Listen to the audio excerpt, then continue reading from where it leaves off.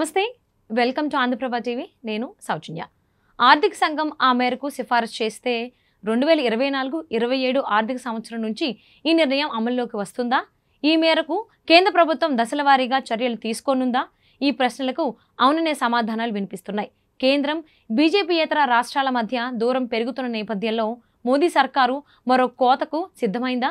కేంద్ర పనుల్లో రాష్ట్రాలకు ఇచ్చే వాటాను 410 నుంచి 40% తగ్గించి 10 మేర కోత విధించనుందా? ఆర్థిక సంఘం ఆ మేరకు సిఫారసు చేస్తే 2026-27 ఆర్థిక సంవత్సరం నుంచి ఈ నిర్ణయం అమల్లోకి వస్తుందా? ఈ మేరకు కేంద్ర ప్రభుత్వం దశల వారీగా చర్యలు తీసుకోనుందా? ఈ ప్రశ్నలకు అవునని చెబుతూ రాయిటర్స్ వార్తా సంస్థ ఓ సంచలన కథనాన్ని ప్రచురించింది. 3 వేర్వేరు విశ్వసనీయ వర్గాలను ఉటంకిస్తూ కేంద్రం తీసుకోబోయే చర్యలను గురించి వివరించింది.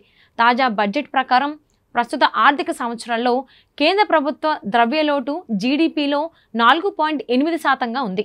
రాష్ట్రాల ద్రవ్యలోటు కేంద్ర జీడీపీలో 3.2% ఉంది. ఈ లోటును తగ్గించేందుకు పన్ను వాటాల కోతకు కేంద్రం సిద్ధమైనట్లు రాయిటర్స్ కథనం స్పష్టం చేసింది. 1980లో 20%గా ఉన్న రాష్ట్రాల వాటా క్రమంగా 41%కి పెరిగిందని, వచ్చే ఆర్థిక సంవత్సరంలో అందులో 1% కోతకు సన్నాహాలు చేస్తోందని పేర్కొంది. దీనివల్ల కేంద్ర ప్రభుత్వానికి సుమారుగా 35,000 కోట్ల రూపాయలు మిగులుతాయని, ఏప్రిల్ నుంచి ప్రారంభమయ్యే 2025-26 ఆర్థిక సంవత్సరంలో వసూలయ్యే పన్నులను బట్టి ఇది ఇంకా ఎక్కువగా ఉండవచ్చని అంచనా వేసింది. కేంద్ర ప్రభుత్వ తీరుపై బీజేపీయేతర రాష్ట్రాలు ఇప్పటికే గుర్రుగా ఉన్నాయి. 1% పన్ను కోత జరిగితే కేంద్రం, రాష్ట్రాల మధ్య దూరం మరింత పెరిగే ప్రమాదం ఉందని ఆర్థికవేత్తలు ఆందోళన వ్యక్తం చేస్తున్నారు.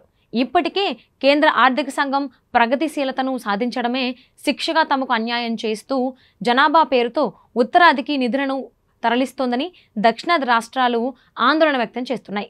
హిందీ భాష విషయంలో తమిళనాడులోని స్టాలిన్ సర్కారు పన్నుల వాటా, నియోజకవర్గాల పునర్విభజన విషయంలో సమాఖ్య స్ఫూర్తికి తూట్లు పొడుస్తున్నారంటూ పశ్చిమ బెంగాల్ సహా దక్షిణాది రాష్ట్రాలు బహిరంగంగా ఆరోపణలు చేస్తున్న విషయం తెలిసిందే.